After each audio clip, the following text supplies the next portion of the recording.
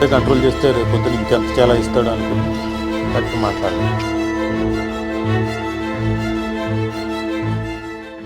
Rajiv Kanakala arrest. ఈ July 24 తెల్లవారుజామున కొంతమంది పోలీస్ అధికారులు చాలా హడావిడిగా యాంకర్ సుమ భర్త అండ్ సినిమా ఇండస్ట్రీలో మంచి యాక్టర్ గా పేరున్న రాజీవ్ కనకాల ఇంటికి వచ్చారు. దాంతో సడన్ గా ఆ ఇంటికి పోలీసులు రావడంతో ఆ చుట్టుపక్కల ఉండేవాళ్లు షాక్ అయిపోయారు. ఇక పోలీసులు ఆ ఇంటికి వచ్చింది ఏదో ఫ్లాట్ ఇష్యూ వల్ల అని తెలియగానే న్యూస్ మీడియా, సోషల్ మీడియాలలో ఈ న్యూస్ ఓ రేంజ్ లో హల్చలవుతుండగా ఈ కేసు విషయంగా పోలీసులు రాజీవ్ కనకాలని అరెస్ట్ చేయబోతున్నారని కూడా గట్టిగా వినిపిస్తోంది.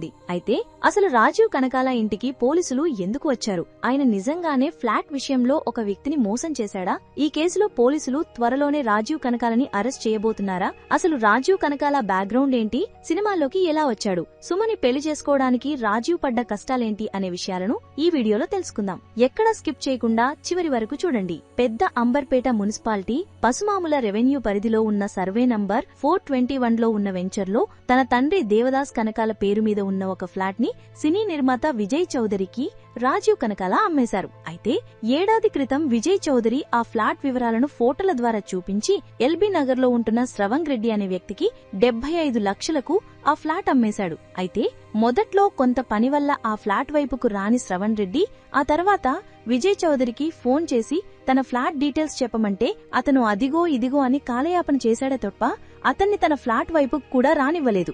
ఇలా 1 సంవత్సరం పాటు జరగగా విజయ్ చౌదరి చేతిలో తాను మోసపోయానని అర్థం చేసుకున్న శ్రవణ్ రెడ్డి ఈ విషయంగా పోలీస్ స్టేషన్ కు వెళ్లి విజయ్ చౌదరిపై కంప్లైంట్ ఇచ్చారు. దాంతో ఈ కేసు విచారణలో భాగంగా ఆ ఫ్లాట్ మొదటి ఓనర్ ప్రముఖ నటుడు రాజీవ్ కనకాల తండ్రి దేవదాస్ కనకాల గారు అని తెలిసి రాచకొండ పోలీసులు రాజీవ్ కనకాల గారికి నోటీసులు జారీ చేసి ఈ జూలై 24న ఆయన ఇంటికి వెళ్లి ఈ కేసు పరంగా ముఖ్య సాక్షిగా ఆయన వ్యవహరించాలి అని పోలీసులు చెప్పి ఆ కేసు విషయంగా స్టేషన్ కు తీసుకెళ్లారు. అలాగే ఈ కేసులో ముఖ్య నిందితుడైన నిర్మాత విజయ్ చౌదరి కోసం పోలీసులు తీవ్రంగా గాలిస్తున్నారు. అయితే ఈ పూర్తి విషయాలేం తెలియని మీడియా అండ్ సోషల్ మీడియాలోని కొంతమంది వ్యక్తులు రాజీవ్ కనకాల ఏదో పెద్ద ఫ్రాడ్ చేశాడని, అందుకే పోలీసులు ఆయన్ని అరెస్ట్ చేశారని ఇష్టం వచ్చినట్లు రాస్తూ సోషల్ మీడియా అంతా వైరల్ చేసేస్తున్నారు. ఇక రాజీవ్ కనకాల గారి విషయానికి వస్తే ఈయన నవంబర్ 13, 1969లో దేవదాస్ కనకాల మరియు లక్ష్మీ కనకాల దంపతులకు హైదరాబాద్ లో జన్మించారు. ఆయన తండ్రి దేవదాస్ కనకాల గారు ఒక famous actor and director. Sita కళ్యాణం, గోరంత దీపం, శంకరాభరణం వంటి సినిమాలతో ఆయన నటుడిగా మంచి పేరుని సంపాదించారు. అలా 1937 నుండి 2019 వరకు ఎన్నో వందల సినిమాల్లో నటించిన దేవదాస్ కనకాల గారు కొన్ని సినిమాలకు మరియు సీరియల్స్ కి కూడా డైరెక్టర్ గా వర్క్ చేసి ఆ తర్వాత కనకాల యాక్టర్ స్టూడియో అనే యాక్టింగ్ స్కూల్ ని కూడా స్టార్ట్ చేసి ఎంతో మందిని యాక్టర్స్ గా మార్చారు. ఇక ఆయన భార్య లక్ష్మి గారు కూడా ఎన్నో సీరియల్స్ కి డైరెక్టర్ గా పనిచేశారు. ఇక వీరికి రాజీవ్ మరియు లక్ష్మి అనే 2 పిల్లలుండగా అనారోగ్య సమస్యల కారణంగా ఆయన 2019లో చనిపోయారు. ఇక రాజీవ్ విషయానికి వస్తే తండ్రి మంచి యాక్టర్ అండ్ డైరెక్టర్ కావడంతో రాజీవ్ కి కూడా చిన్నప్పటి నుండి చదువు మీద కన్నా సినిమాల్లో యాక్ట్ చేయాలనే ఇంట్రెస్ట్ ఎక్కువగా ఉండేది. దాంతో ఈ విషయం రాజీవ్ తన తండ్రికి చెప్పి ఒప్పించి మొదట కొన్ని సీరియల్స్ లో నటించాడు. ఆ తర్వాత 1995లో వచ్చిన రాంబంటు సినిమాతో సినిమా ఇండస్ట్రీకి ఎంట్రీ ఇచ్చిన రాజీవ్ కనకాల ఆ తర్వాత పెద్దన్నయ్య, ఆటో డ్రైవర్, ఆహా వంటి సినిమాలు చేశాడు. అయితే సినిమాలతో పాటు సీరియల్స్ కూడా చేస్తూ వచ్చిన రాజీవ్ కి 2000లో శాంతినివాసం అనే సీరియల్ చేస్తుండగా ఆ సీరియల్ డైరెక్టర్ అయిన ఎస్ఎస్ రాజమౌళితో మంచి పరిచయం ఏర్పడింది.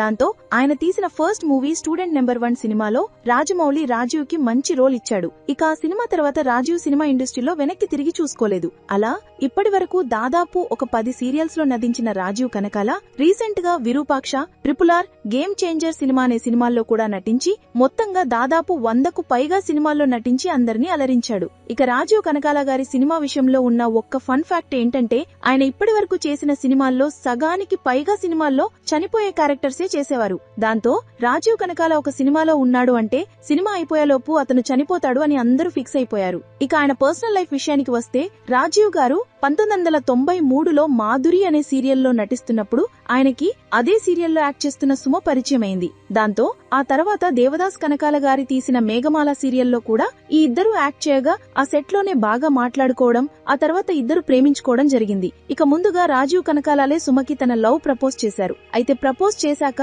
సుమని మూవీస్ లో నటించొద్దు అని రాజీవ్ చెప్పాడు. దాంతో పెళ్లి కాకముందే ఇన్ని కండిషన్స్ పెడుతున్నాడు, పెళ్లయ్యాక మరిని పెడతాడు అని సుమ 2 సంవత్సరాలు రాజీవ్ ని దూరం పెట్టింది. అలాగే ఈ విషయం వాళ్ళ అమ్మగారికి కూడా తెలిసి ఆమెను మందలించి మరికొన్ని రోజులు ఎడబాటు పెట్టారు. అయితే కొన్ని సంవత్సరాల తర్వాత రాజీవ్ తను చేసిన తప్పు తెలుసుకుని క్షమాపణ అడిగాడు. దాంతో సుమ రాజీవ్ ని యాక్సెప్ట్ చేసింది. ఇక ఈ విషయాన్ని సుమ తన కుటుంబంతో కూడా చెప్పగా వారు ముందు ఒప్పుకోలేదు. కానీ కూతురు ఇష్టాన్ని కాదనలేక అలాగే రాజీవ్ కూడా వెల్ సెటిల్ అవ్వడంతో ఇరు కుటుంబాలు వీరి పెళ్లికి ఒప్పుకొని 1999 ఫిబ్రవరి 10న శ్రీధర్ ఫంక్షన్ హాల్లో సుమా రాజీవ్లకు వివాహం జరిపించారు. ఆ తర్వాత వీరికి రోషన్ మరియు మనస్విని అనే ఇద్దరు పిల్లలు కూడా పుట్టారు. రాజీవ్ పెళ్లి తర్వాత సినిమాల్లో బిజీగా మారగా సుమ కొన్ని సంవత్సరాలు గ్యాప్ తీసుకుని యాంకర్ లో మారి పెద్ద సెలబ్రిటీ అయిపోయింది. 2013లో రాజీవ్ మరియు సుమ కలిసి టీవీ షోలు నిర్మించే ఒక ప్రొడక్షన్ హౌస్ ని స్థాపించి కొన్ని షోస్ కూడా చేశారు. ఇక సినిమా ఇండస్ట్రీలో రాజీవ్ చేసిన సేవలకు గాను 2023లో తెలంగాణ రాష్ట్ర ఆవిర్భావ దశాబ్ద ఉత్సవాల సందర్భంగా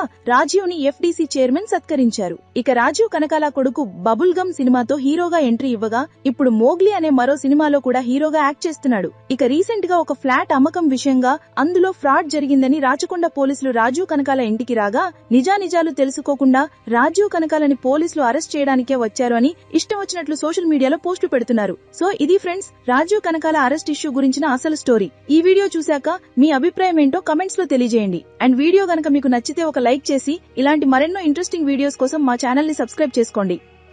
ఒక సినిమాలో హీరో ఎవరైనా హీరోయిన్ ఎవరైనా గాని ఆ సినిమా ఈవెంట్ లో మనందరికీ కనిపించి వినిపించే గొంతు మాత్రం సుమా గారిదే.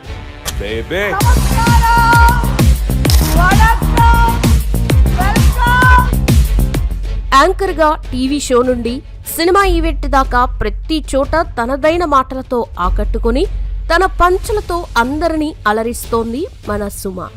స్టార్ మహిళ, జీన్స్ వంటి షోస్ తో ప్రతి ఇంట్లోనూ ఒక మనిషిలా మారిపోయి మన 2 తెలుగు రాష్ట్రాలలో యాంకర్ గా సుమ పేరు తప్ప మరో పేరు వినకుండా అయిపోయింది.